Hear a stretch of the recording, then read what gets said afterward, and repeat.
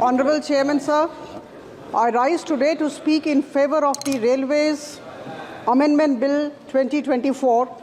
This is indeed a privilege and an opportunity for me. Speaker, sir, the proposed amendment is not just a legislative exercise by the Ministry of Railways.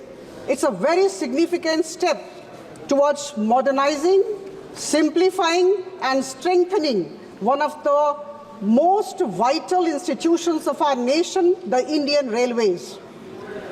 Sir, we are aware of the fact that the Indian Railways was established over 170 years ago. And it's not just a mode of transportation. It is a unifying force.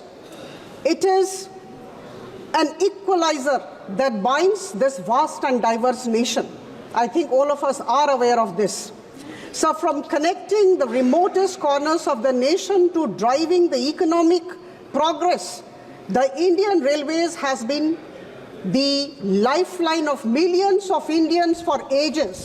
And for generations, I can only say that it has symbolized mobility, opportunity, and national pride. So today we have gathered here to speak about the proposed amendment.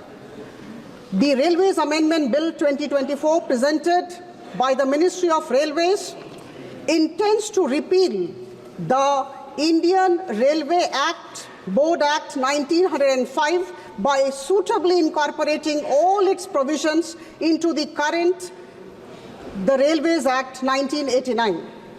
Speaker, sir, we need to appreciate the remarkable endeavor of the Ministry of Railways for having not only conceptualized the entire idea of bringing in the provisions of the Railway Board Act 1905 into the current Railways Act 1989, but also translating this entire idea, this forward-looking step into reality.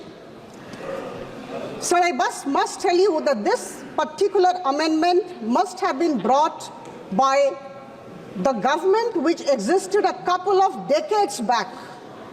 I must take you to the report of the Joint Parliamentary Committee which was constituted for examining the Bill of 1986, which was presented to the Lok Sabha and thereafter laid in the Rajya Sabha on 21st February 1989. Sir, while examining the Railway Bill 1986, which later became the Railways Act 1989, the then JPC, which had been constituted for the purpose, had recommended the repeal of the Railway Board Act 1905 and the incorporation of all the provisions of the Railway Board Act 1905 into the 1986 bill. Sir, I was going through that report and I quote from that particular report. You have to give me some time.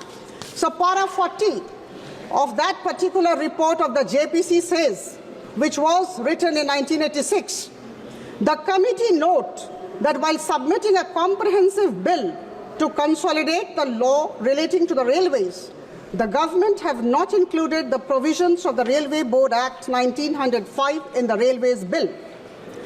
Railway Board Act 1905 is to be read with the provisions of the Indian Railways Act 1890, and as such, it should appropriately find a place in the new Act. But, sir, unfortunately, the JPC's report was not accepted.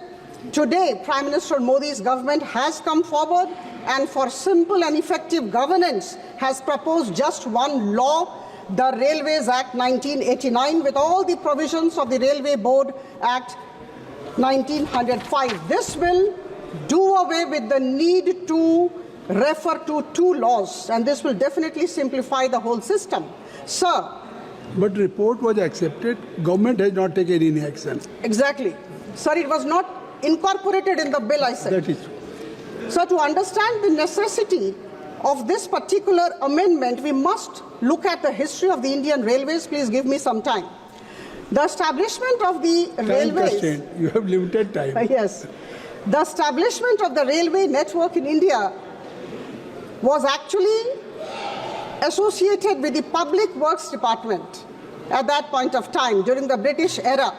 And thereafter, with the growth of the princely states and the expansion of the railway network in the country, there was a separation of the Indian Railways from the Public Works Department, and the Railway Board Act 1905 was enacted. So we go fast forward to 1989, when the Railways Act 1989 was enacted. This particular Railways Act 1989 replaced the earlier Act of 1890 and provided a very modern and comprehensive framework for railway governance.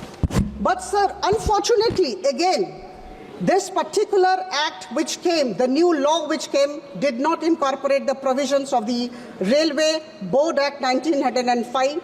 At the cost of being repetitive, I am saying this. So, sir, we continued with two sets of laws. Kindly conclude. Sir, I'll take some time. Today, I have Minister to come has to already taken sir, initiative. some other portions also. Okay. Sir, we continued with two sets of laws all through.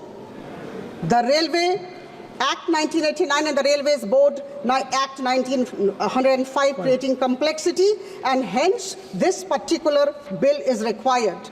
So the functioning and independence of Railway Board will be enhanced with this bill.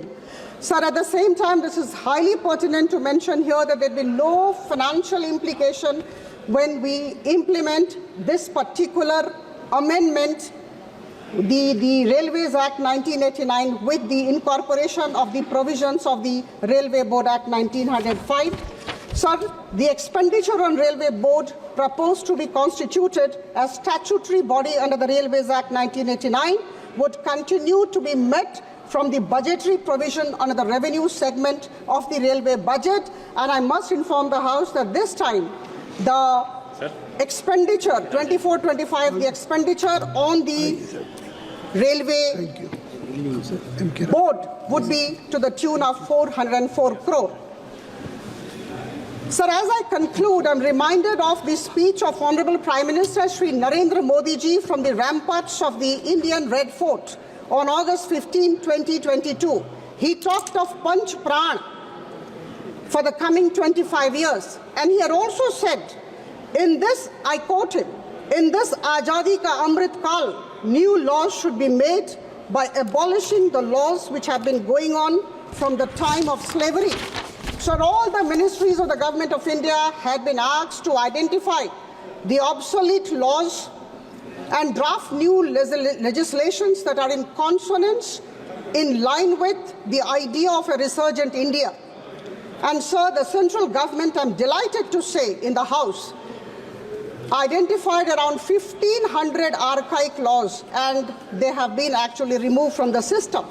Sir, the Railways Amendment Bill 2024 is a significant step towards making Indian Railways more agile, more efficient, more modern, and more capable towards serving the needs of the people of this nation. I commend the efforts of the Ministry of Railways, all its officials, and of course, under the leadership of Prime Minister Modi ji, this particular much-needed amendment is going to take place. I seek support of all in this august House for the bill. Thank you so much. Thank you.